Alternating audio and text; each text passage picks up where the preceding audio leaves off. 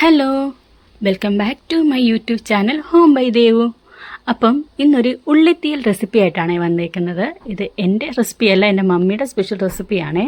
Mummy തന്നെയാണ് ഉണ്ടാക്കുന്നത്. അപ്പോൾ നമുക്കതൊന്ന് നോക്കിയാലോ. അതിന് വേണ്ടിയിട്ട് നമ്മൾ ആദ്യം കുറച്ച് ചുവന്നുള്ളി എടുത്ത് തൊലിയൊക്കെ കളഞ്ഞ് വൃത്തിയാക്കി വെച്ചിട്ടുണ്ട്. പിന്നെ നമുക്കിതിന് വേണ്ട ഒരു മെയിൻ സാധനമാണ് തേങ്ങ. അപ്പോൾ തേങ്ങയും ചിരണ്ടി നമ്മൾ മാറ്റി വെച്ചിട്ടുണ്ട്. ആദ്യം തന്നെ നമ്മൾ ചെയ്യുന്നത് എന്താണെന്ന് വെച്ചാൽ, ഒരു ചീനച്ചട്ടിയിൽ അത്യാവശ്യം കുറച്ച് വെളിച്ചെണ്ണ ഒഴിച്ച് ഈ തേങ്ങയൊന്ന് മൂപ്പിച്ചെടുക്കുക. ഇച്ചിരി മഞ്ഞൾപ്പൊടിയും കൂടെ ആദ്യം തന്നെ ആഡ് ചെയ്തേക്കണേ. കുറച്ച് മഞ്ഞൾപ്പൊടിയും കൂടി ഇട്ട് ഇത് ചെറു തീയിൽ വെച്ച് നമുക്കിത് ഇളക്കി മൂപ്പിച്ചെടുക്കണം. ഇതൊരു പരുവത്തിൽ, ഈ ഒരു പരുവാകുമ്പോഴത്തേക്ക് മൂത്ത് വരുമ്പോൾ അറിയാമല്ലോ, ഒരു ഇച്ചിരി ക്രിസ്പി പോലെ ആവും. ഈ ഒരു പരുവാകുമ്പോഴത്തേക്ക് നമുക്കിതിനകത്തോട്ട് ഒരു ചെറിയ ചുവന്നുള്ളിയും കറിവേപ്പിലയും കൂടെ ഇട്ട് കൊടുക്കാം. എന്നിട്ടത് നന്നായിട്ടൊന്ന് ഇളക്കാം. എന്നിട്ട് അവസാനം ആകുമ്പോഴത്തേക്ക് അത് മൂത്ത ഒരു പരുവായി കഴിഞ്ഞിട്ട് വേണം നമ്മൾ മുളക് പൊടി ചേർത്ത് കൊടുക്കണം. നമ്മുടെ എരിവിനനുസരിച്ച് ചേർത്ത് കൊടുക്കാം. നമ്മളിവിടെ വലിയൊരു 3 സ്പൂൺ ചേർത്ത് കൊടുക്കുന്നുണ്ട്. നമ്മൾ മല്ലിപ്പൊടി ഈ കറിക്ക് ചേർക്കത്തില്ല. അതുകൊണ്ടാണ് നമ്മൾ അത്യാവശ്യം മുളക് പൊടി തന്നെ യൂസ് ചെയ്തേക്കുന്നത്. മല്ലിപ്പൊടി ചേർക്കാത്ത എന്താണെന്ന് വെച്ചാൽ, നമ്മൾ ഈ ചൂട് സമയത്ത് ഈ രാവിലെ വെക്കുന്ന കറിയൊക്കെ വൈകിട്ട് വളിച്ചു പോകാൻ സാധ്യതയുണ്ട്. മല്ലിപ്പൊടി ഒഴിവാക്കിയാൽ വളിക്കത്തില്ല കേട്ടോ, വളിക്കാതെ ഇരുന്നോളും. അപ്പോൾ അതിനാണ് മല്ലിപ്പൊടി ചേർക്കാത്തത്. പിന്നെ മൂത്ത് വന്നിട്ടുണ്ട് നമ്മുടെ തേങ്ങ. ഈ ഒരു പരുവാകുമ്പോൾ നമുക്കതൊന്ന് തണുക്കാൻ വെക്കാം. തണുത്തിട്ട് അതൊന്ന് അരച്ചുകൂടെ വെച്ചേക്കണേ. അത് കഴിഞ്ഞപ്പോൾ നമ്മൾ നേരത്തെ തയ്യാറാക്കി വെച്ചേക്കുന്ന ഉള്ളി ചെറുതായിട്ട് അരിഞ്ഞിട്ടുണ്ട്. കുറച്ച് തേങ്ങാക്കൊത്തും 2 പച്ചമുളകും ഇട്ടിട്ടുണ്ട്. വേറെ ഒന്നുമില്ല കേട്ടോ. അത്രയും നമ്മൾ എടുത്ത് സെറ്റാക്കി വെച്ചു. അതിനെ ഒന്ന് വഴറ്റണം. അപ്പോൾ അത് വഴറ്റുന്നതിന് മുന്നേ ആയിട്ട് നമ്മൾ ഇച്ചിരി പുളിവെള്ളം കൂടെ തയ്യാറാക്കി വെക്കുന്നുണ്ട്.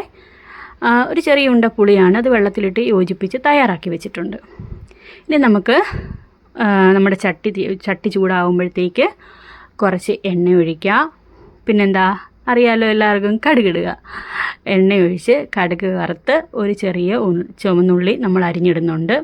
അതുകൂടെ അരിഞ്ഞിട്ട് അതുകൂടെ ഒന്ന് ചെറുതായിട്ട് മൂത്ത് വരുമ്പോൾ നമ്മൾ നേരത്തെ അരിഞ്ഞു വെച്ചിരിക്കുന്ന ചുവന്നുള്ളി, കറിവേപ്പില, പച്ചമുളക്, ഈ 3, പിന്നെ തേങ്ങാക്കൊത്ത് കേട്ടോ, ഈ 4 സാധനങ്ങളൂടെ നമ്മളിട്ട് അത്യാവശ്യം നന്നായിട്ടൊന്ന് വഴറ്റിയെടുക്കണം. എണ്ണയൊക്കെ ഒഴിച്ച് ചെറുതായിട്ട് ഇളക്കി ഇത് നന്നായിട്ടൊന്ന് വഴറ്റിയെടുക്കണം. ഇത് വഴണ്ട് വരുമ്പോഴത്തേക്ക് നമ്മൾ നേരത്തെ തയ്യാറാക്കി വെച്ചിരുന്ന പുളിവെള്ളം ഇല്ലേ, ആ പുളിവെള്ളം നന്നായിട്ടൊന്ന് അരിച്ച് ഒഴിച്ച് കൊടുക്കാവേ. മൊത്തം പുളിവെള്ളം നമ്മൾ ഒഴിക്കുന്നില്ല, കുറച്ച് മാറ്റി വെക്കുന്നുണ്ട് ലാസ്റ്റ് ഒന്ന് നോക്കിയിട്ട് ഒഴിക്കാനായിട്ട്. പിന്നെ എന്താ ചെയ്യേണ്ടത്, ഈ കൂട്ടത്തിൽ തന്നെ ആവശ്യത്തിനുള്ള ഉപ്പും കൂടെ ഇട്ട് കൊടുത്തേക്കുക. ആവശ്യത്തിന് ഉപ്പും ഇട്ട് ഇത് നന്നായിട്ട് വഴറ്റണം. ഇത് നന്നായിട്ട് വഴണ്ട് ഒരു പരുവായി വരുമ്പോഴത്തേക്ക് നമ്മൾ നേരത്തെ തയ്യാറാക്കി വെച്ചിരിക്കുന്ന തേങ്ങയുടെ അരപ്പില്ലേ, ആ അരപ്പ് ഇതിനകത്തോട്ടിട്ട് കൊടുക്കണം. ഇത് മിക്സിയിൽ അരച്ചതാണ്. ഇത് കല്ലിൽ അരയ്ക്കുകയാണെങ്കിൽ ഒന്നുകൂടെ നല്ലതാണ്, നല്ല രുചിയായിരിക്കും. കല്ലിലരച്ച കറിക്കൊരു പ്രത്യേക ടേസ്റ്റാണ്.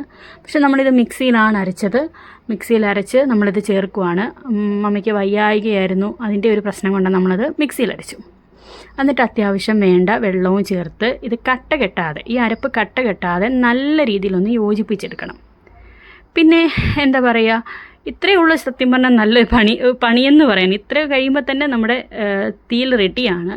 പിന്നെ അവസാന ഘട്ടമായിട്ട് നമുക്ക് കുറച്ച് നമ്മൾ നേരത്തെ മാറ്റി വെച്ചിരുന്ന പുളിവെള്ളമില്ലേ, പുളി നോക്കിയിട്ട് ആവശ്യത്തിന് ആ പുളിവെള്ളവും ഉപ്പും അതുകൂടെ ചേർത്ത് കൊടുക്കാം. കിടന്ന് തിളക്കി ഉപ്പ് കണ്ടോണം.